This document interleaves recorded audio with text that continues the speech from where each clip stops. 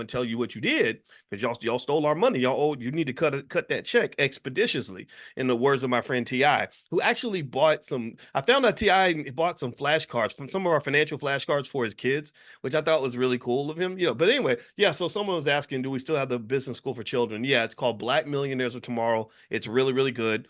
Kids that go through our program, they know more about finances than 90% of all adults. So feel free to go take a look. It's blackmillionairesoftomorrow.com. We also have financial flashcards. If you go to drboycebooks.com, you can find the flashcards, workbooks. We got a lot of tools that you can use to educate your kids in economics. You guys know I'm a finance professor, a real PhD, not an honorary PhD, not a weekend PhD, like a real PhD. This is what we do.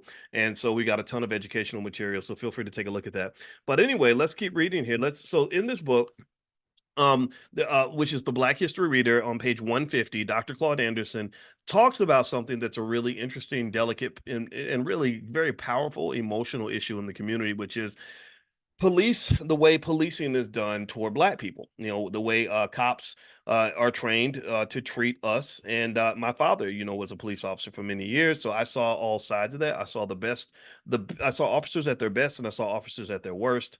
The racism is 100% real. And I was explained. A guy did explain to me that the historic job of police officers is to protect the rich from the poor and the white from the Black. And so, especially back in the day, if you were Black and you were in a special session special section of the city, you would be stopped just because you were there, right? All these things are very, very real. We know the history here. Now, here's what Dr. Anderson says. He says there is a pattern to this. There's a historical precedent of this, and understanding this can help us understand what's happening now. So let's read this. He says here, question 49 on page 150 of the Black History Reader. He says, why is the pattern of Black men killed by white law enforcement personnel so acceptable and so entrenched in society? He says, for centuries, America has been a killing field for young Black men, especially by white law enforcement. Although a long historical pattern, incidents in recent years have been troubling. In nearly every instance, courts and juries allowed those who profile, beat, or kill young Black men to go unpunished. Why?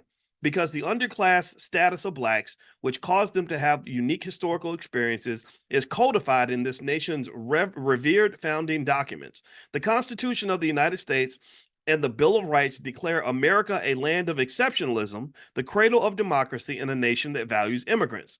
Blacks were exceptional too. They were the nation's only non-immigrants.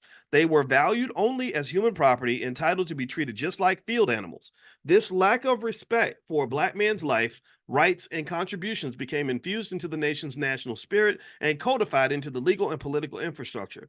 America's perception of Black men was framed by the U.S. Supreme Court's infamous 1857 Dred Scott decision. A Black slave declared that he was free because he had visited and temporarily lived in a free state.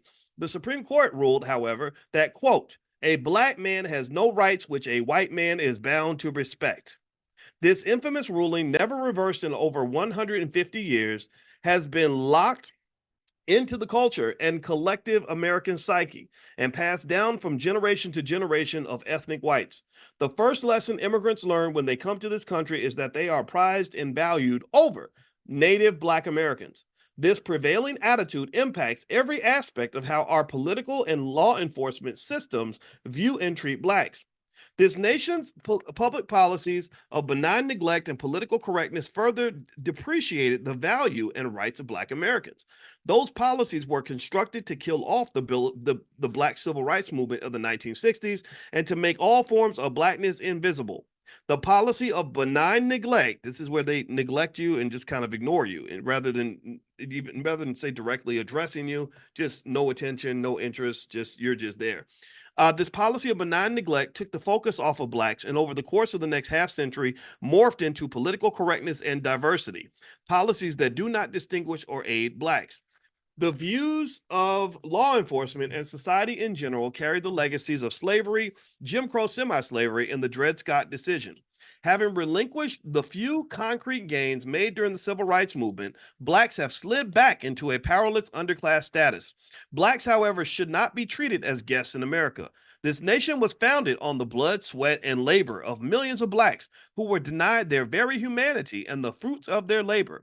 The newly fabricated class groups, especially immigrants, inherit unearned benefits, respect, and rights to which blacks were entitled but never received. The larger society adds further insult to injury when it participates in public dialogue that gives the false impression that all people and groups have contributed equally to the development of this nation. This is a convenient myth. The racial problems between law enforcement and black men will not abate until this nation addresses the exceptional history and achievements of black Americans. Police power is freely exercised against black men who are perceived as obsolete and powerless to do little more than march or riot. The larger society has a responsibility to resolve the long-standing dehumanization of blacks that is contained in the foundation documents and to erase the emanating legal precedents. The tension between law enforcement and blacks will never abate as long as whites own and control 98% of all the nation's wealth. 98% of all the nation's wealth, income, businesses, land, privileges, and all levels of government. The Dred Scott decision must be considered in any serious efforts to analyze the relationship between blacks and law enforcement. Calls for healing, no matter how sincere, will not correct the problem. Understanding the historical context, however, will be a better beginning point. At least both groups would understand the importance of reversing the holding of Dred Scott and the contribution of the U.S. Constitution to the problem. So, according to Dr. Anderson, it seems that he's saying that the Dred Scott decision, in which they clearly stated that a black man has no rights that a white man is bound to respect, that basically a white man is not expected to respect any of the rights of a black man, and that decision was never reversed. So this is the America. Welcome to America. This is the country that you live in.